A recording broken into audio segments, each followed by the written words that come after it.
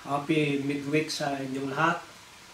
At tayo'y nagagalak na kayo'y nariyan upang makinig.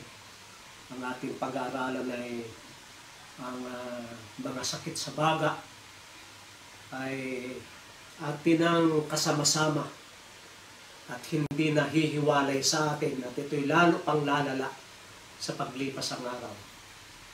Ngunit bago tayo dumako dyan, atin munang maririnig ang magmami. Sila ay aawit sa atin. Mga musician ito. Si Jindel at si Ardel Sarmiento. Ating ibigay sa kanila ang ating pakikinig.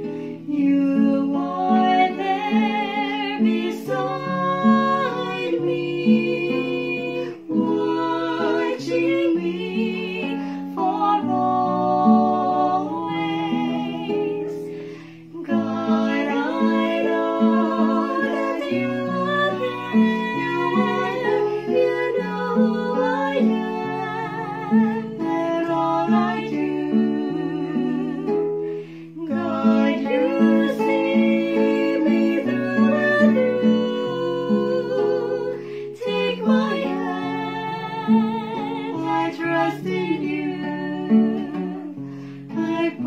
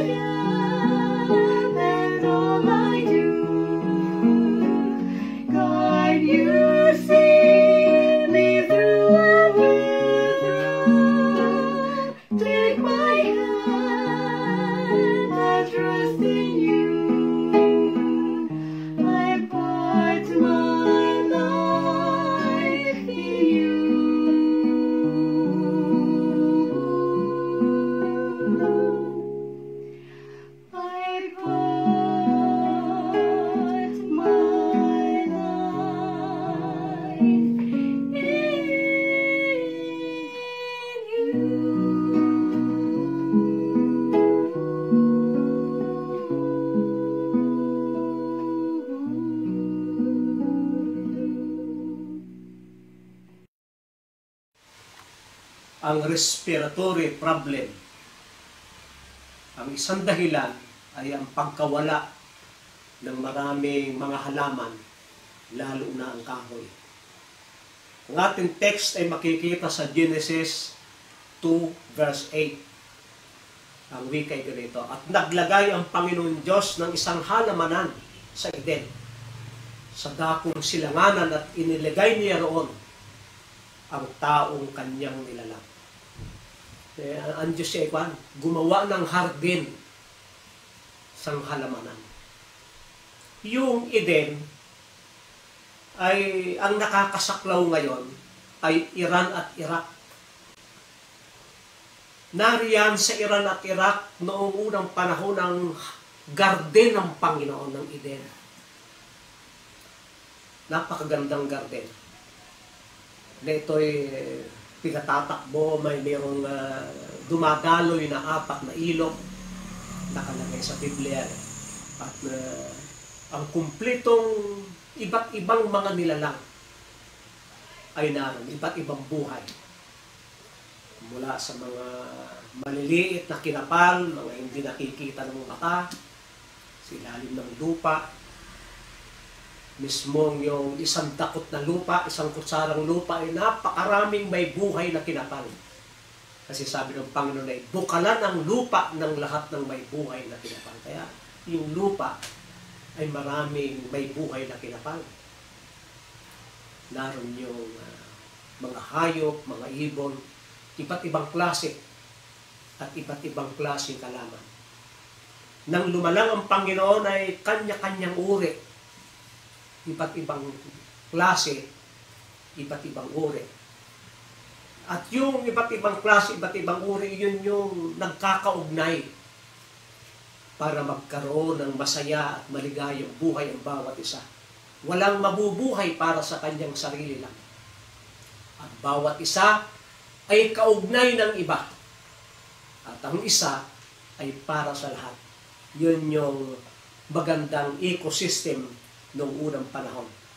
At itong malusog na ecosystem ay nangangailangan ito ng malinis na tubig, dalisay na hangin, mahusay na lupa, at yung klima ay maganda, at yung recycle ng mga nutrients para magbigay ng pagkain at kabuhayan sa bawat isa. Yung ecosystem na yon, doon na rin kukuha ng gamot kapag magkasakit ang isa.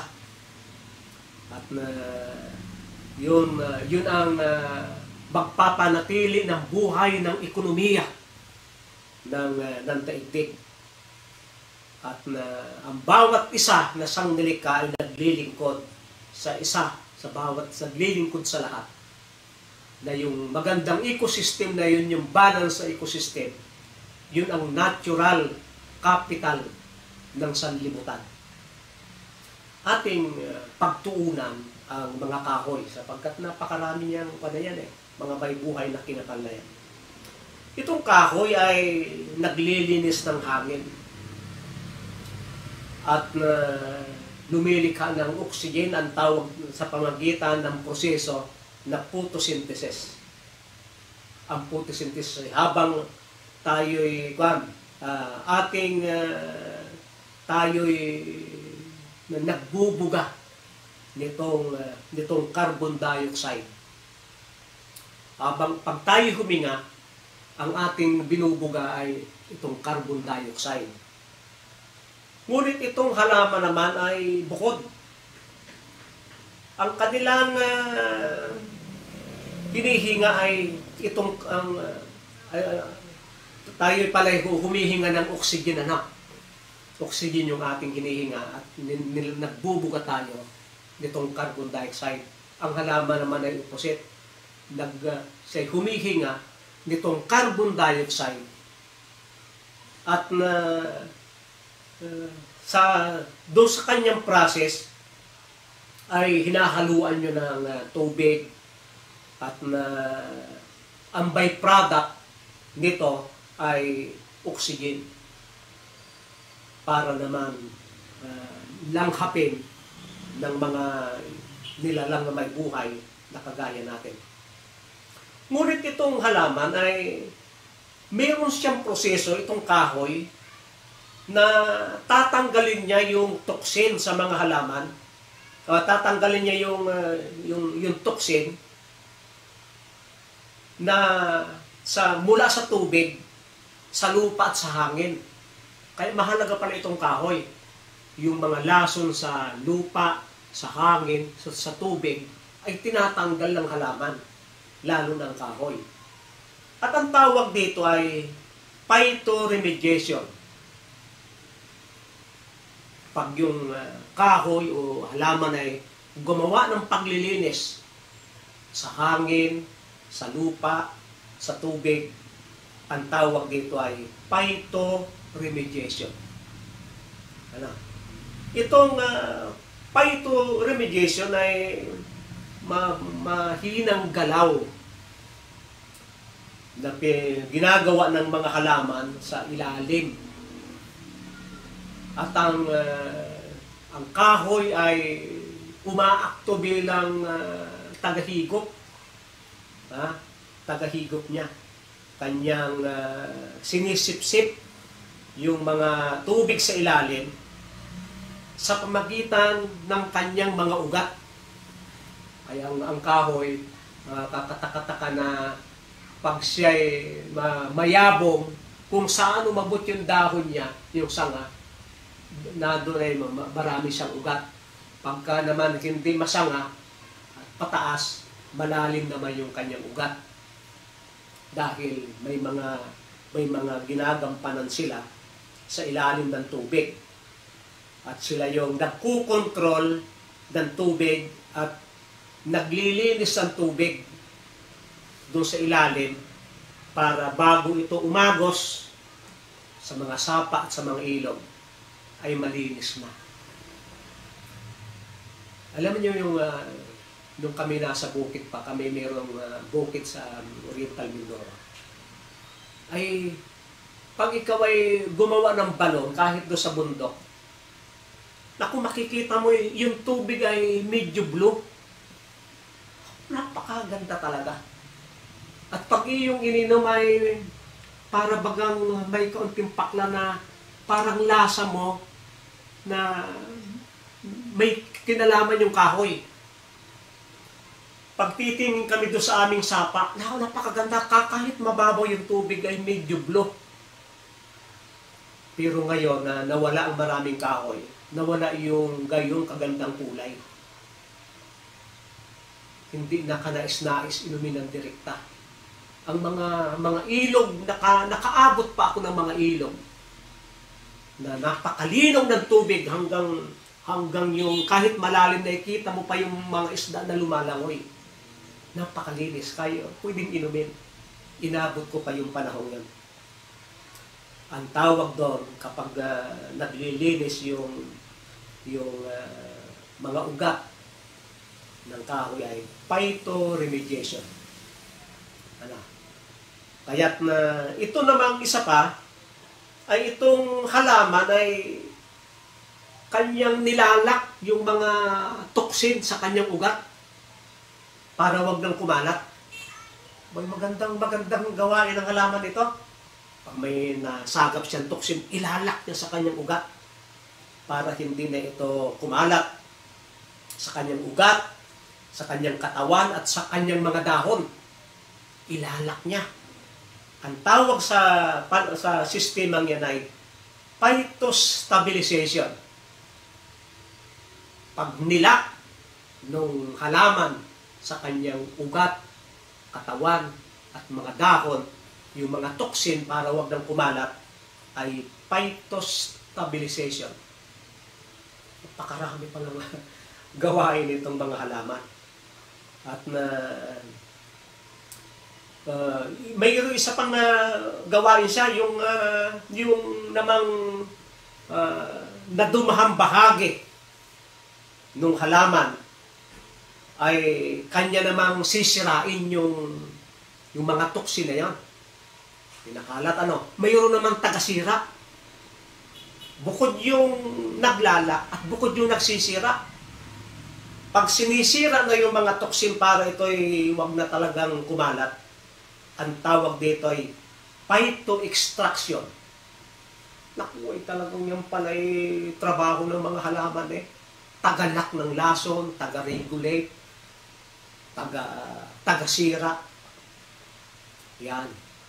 At yung mga halaman at yung mga organism sa lupa ay may kakayanang i-convert yung mga toxic substances na yan para hindi gaanong makalason.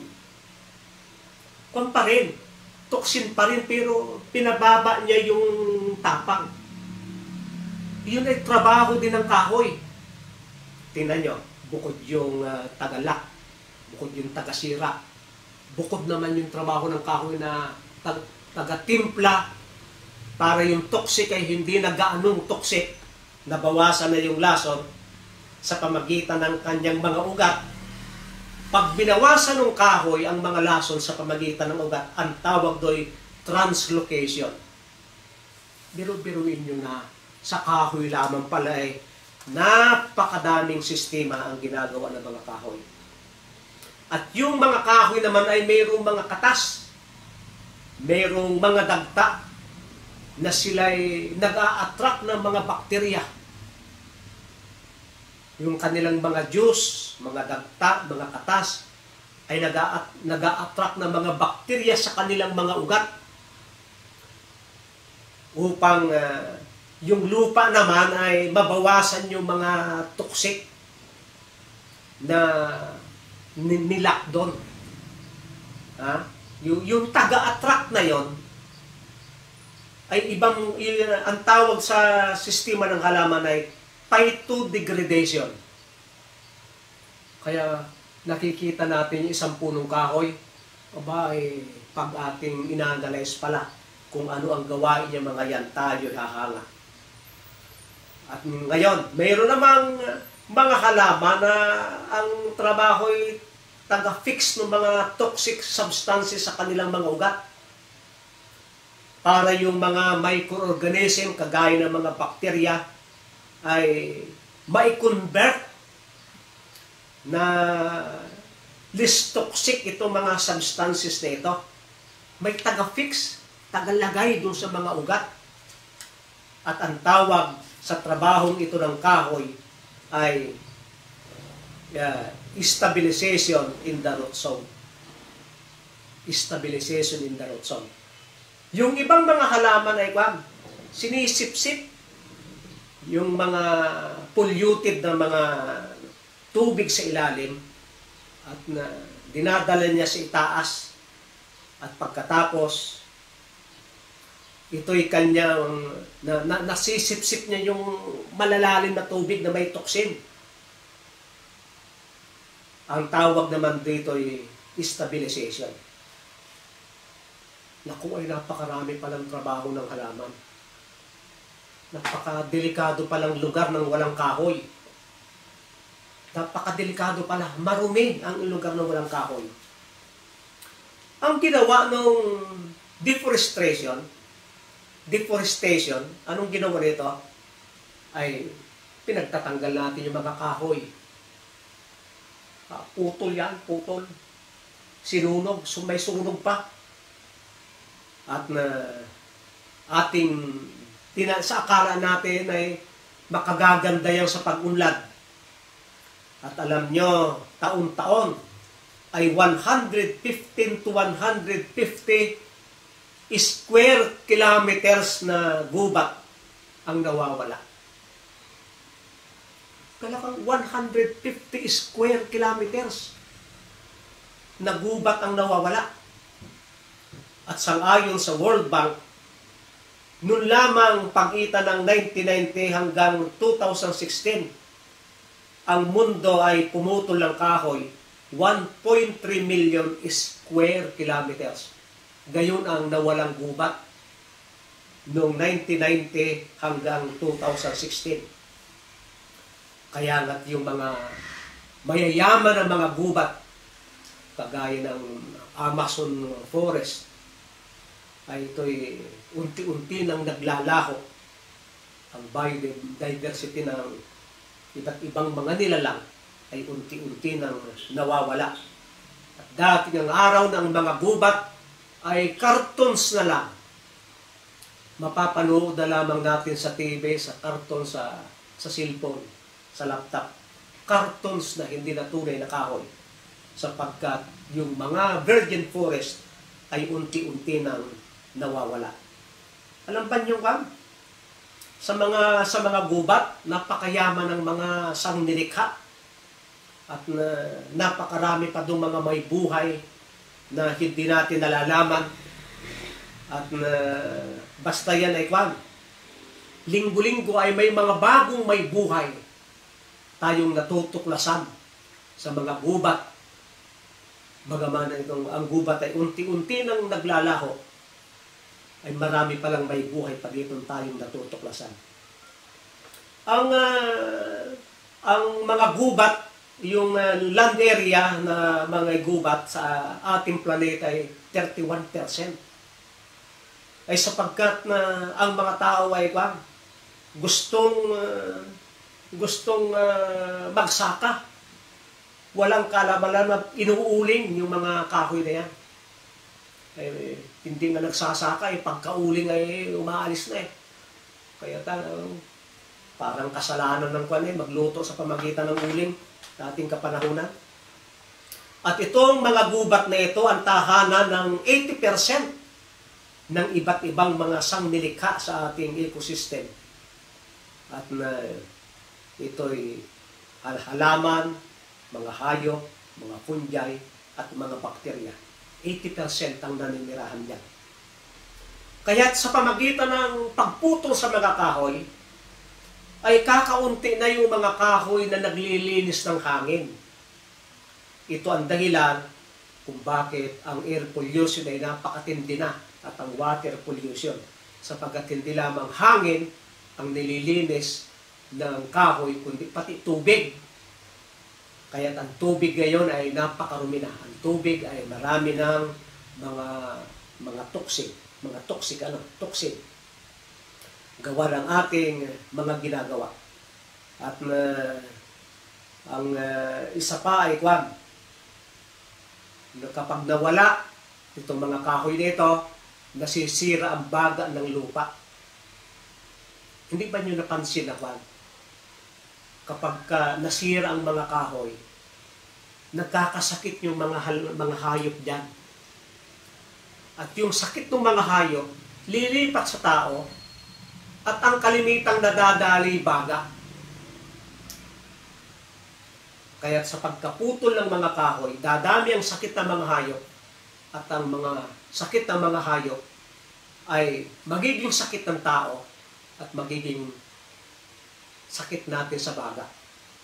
Yan talaga ang mga nangyayari yan. Kaya sa mga darating na araw, mga darating na mga taon, asahan na natin ang pagsisikip ng ating hininga, pagkasira ng ating mga baga, sapagkat ang baga ng lupa nagbibigay ng tamang oxygen, ng supply ng oxygen, ay unti-unti nang nawawala.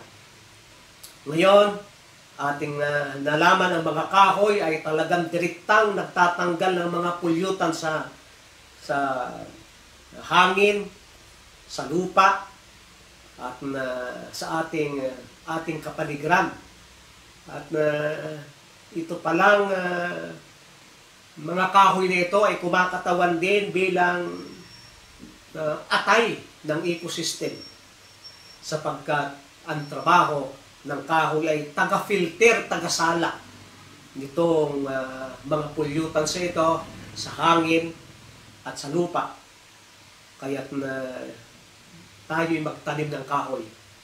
Kahit sa gilid ng ating bahay, sa ating bukid, tayo'y magtanim ng kahoy. Tayo'y sumali sa mga reforestation program upang sumigla ang baga ng lupa at ang atay ng ating lupa. Ay, bakit baga ang hangin ay punong-puno ng mga pollution na ito'y mapanganib? Sabi sa World Health Organization, ay 9 daw sa 10 tao ang nilalanghap ay maruming hangin. Biruin nyo yan. 9 sa 10 tao ay maruming hangin ang nilalanghap. Bihira na yung lugar ng hangin ay malinis eh. Pagka pumunta ka man din sa malinis sa kapaligiran, sa gubat, ramdam na ramdam yung hinihinga mo ay maginhawa sa iyong dibdib. At ito palang maruming hangin ay pinagmumulan ito ng stroke, lung cancer at mga sakit sa puso. Hindi lang pala kolesterol ang nagbibigay ng sakit sa puso at ng stroke. Ang maruming hangin ay nagbibigay ng maraming sakit. At yun daw, maruming hangin ang iyong hinihinga, nilalanghap, ay nasisira ang iyong immune system. At itong ating katawan ay dumadami ang mga inflammation dahilan sa ang ating hinihinga ay maruming hangin. Napakaraming mga sakit pala ang ating makukuha dahil lang sa humihinang immune system. Pero alam ba ninyo na may mga simpleng paraan para makatulong tayong linisin ang ating kapaligiran at ating tubig? Magtanim ng punong kahoy sa inyong garden, magtanim kayo ng mga itong kangkong. Yung kasing kangkong ay taga-sip-sip ng mga pollutants. Kaya huwag kayong basta-basta kakain ng kangkong pag ito'y tinanim sa doon sa mga kanalang kinuha at na madumi yung pinag-alagaan tubig. Huwag kayong basta-basta kakain. Sila taga-sip-sip ang dumi. Yung mga gulay na mga talilong, itong talilong, pag itanim yun ay gulay, pag tinanim mo sa lupa, sinisip-sip niya yung mga dumi sa lupa. Ngunit ako'y hanga sa kahoy sapagkat ang kanyang ugat ay may kapangyarihang ilak yung mga toxin, dalikin niya dun sa katawan, sa dahon, sa ugat, at kanyang pababain ang klase ng uri ng mga toxin na ito upang luminis ang lupa at yung tubig ay aagos sa mga sapa